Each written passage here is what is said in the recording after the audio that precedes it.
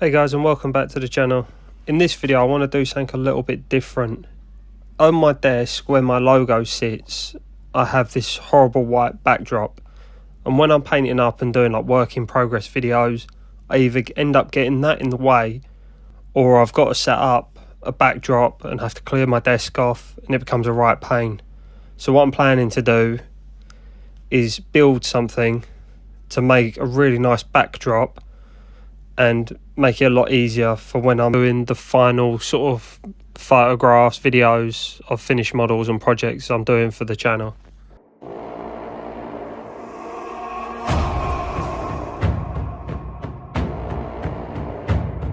The first thing we're going to do is take a sheet of foam and cut it to fit that area on the desk. To be 100% honest, I don't actually know what foam I'm using, because it basically come to protect the door during transport, and it was really nice thick sort of foam, makes really good indents. So, but you can use craft foam, xpsfoam, anything like that will work. Then all I did was measured it to make sure it fit, scored it with a straight edge, and then run the blade down and then just snapped it. But what I will say is I cut it really snug, and I pushed it too far in, and it took me ages to get it out. So if you are doing this, just check it fits just on the edge. If it fits nicely, don't push it all the way in to the back. Next, all I'm going to do is take a rock and literally push it into the foam to give a nice rocky texture. What better to get a rocky texture than a rock?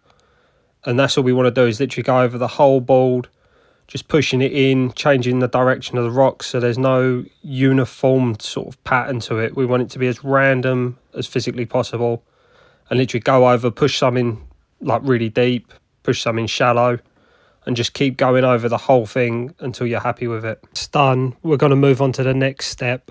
What I have in mind for this is I want a couple of cliff edges along the top that I can use to photograph smaller miniatures to give a nice sort of base for them to stand on, and also sort of like a nice scenery at the back. But not that, it's a place that I can display miniatures while I'm working. You can just look up and you've got some nice painted miniatures that you've done on display where you can see, with a nice sort of surrounding area. What we're going to do is take some thinner bits of foam and layer them on top of each other, so they'll be about 50mm. And then what we're going to do is just sort of mark a nice sort of natural sort of cliff face, shall we say. So you can have a couple of ledges, you can have it stepping up, whatever sort of you think would look nice. So with this, I've just done it so I've got a lower ledge on the left hand side and also the right. Another idea I did think about, if you've got a select sort of 10-15 paints you always use, you could always turn the cliff face into one straight shelf and cut a channel out the middle, and then you would always have them paints on display, nice and easy to get to. Once you got the shape of the shelves you want, I'm just using this ogre miniature, which is on I think about a 50mm base, just as a guide, because I don't want the shelves sticking out too much. So I just use that, cut them a bit thinner, and that's sort of what I stuck to as the width of all the shelves running through. And then just to texture the front, I got my X-Acto knife and basically pushed it away and just cut gouges into the front of the shelves to give it the rocky texture.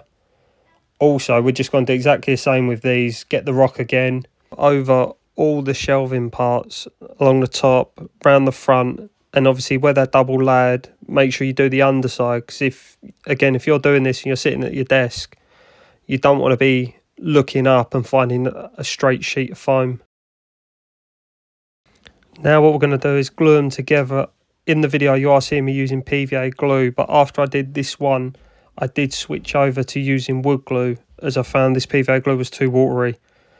Basically we're going to stick the two pieces together, and then I'm going to take some cocktail sticks and push them through the foam to hold them together while the glue's going off. Sticks didn't go right through the foam, so what I decided to do was just take a pair of cutters and just nip off the tops of the cocktail sticks to make it flush with the foam. And then what I'm going to do is put some cocktail sticks in the back of the foam. Again, apply the glue to that. Look at where I want to place them on the big sheet of foam. that will be our cliff face, and then push it into the foam to glue them in place. With the first shelf in place, you can now begin to see sort of the look I'm going for. Somewhere that you can display miniatures while you're working, and also somewhere you can take some really nice photographs or work in progress shots of, with a bit more of like a natural looking background to them. I made another 2 of the shelves to go with the one I've already made, and I think that'll give me enough space to display the miniatures I want and enough places to take the photographs that I want to with the nice backdrop.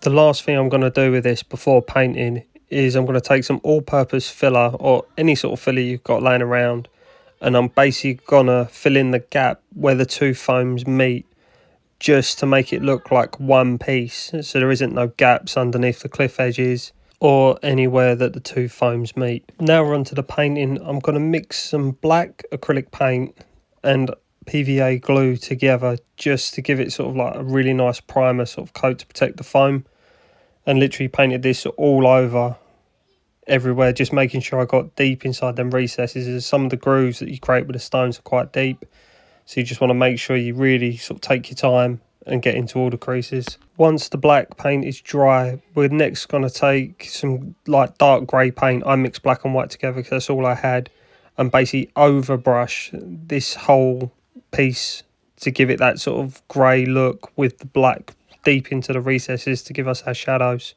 To do this, I did a similar technique to dry brushing, just literally dipped the brush into the paint, took some excess onto some kitchen roll, and then went on to the cliff face with sort of a half-loaded brush, shall we say, just so it could still spread the paint, but not as sort of sparingly as a dry brush does. I'm going to repeat the process again using a lighter grey, but this time focusing more on the ledges that are sticking out, and just ever so lightly over the whole sort of piece.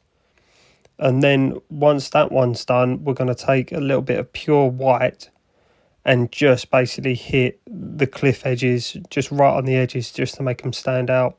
We're going to begin work on the ledges, so what I'm going to do is paint a layer of wood glue down, as I found the PVA glue I was using was too watery.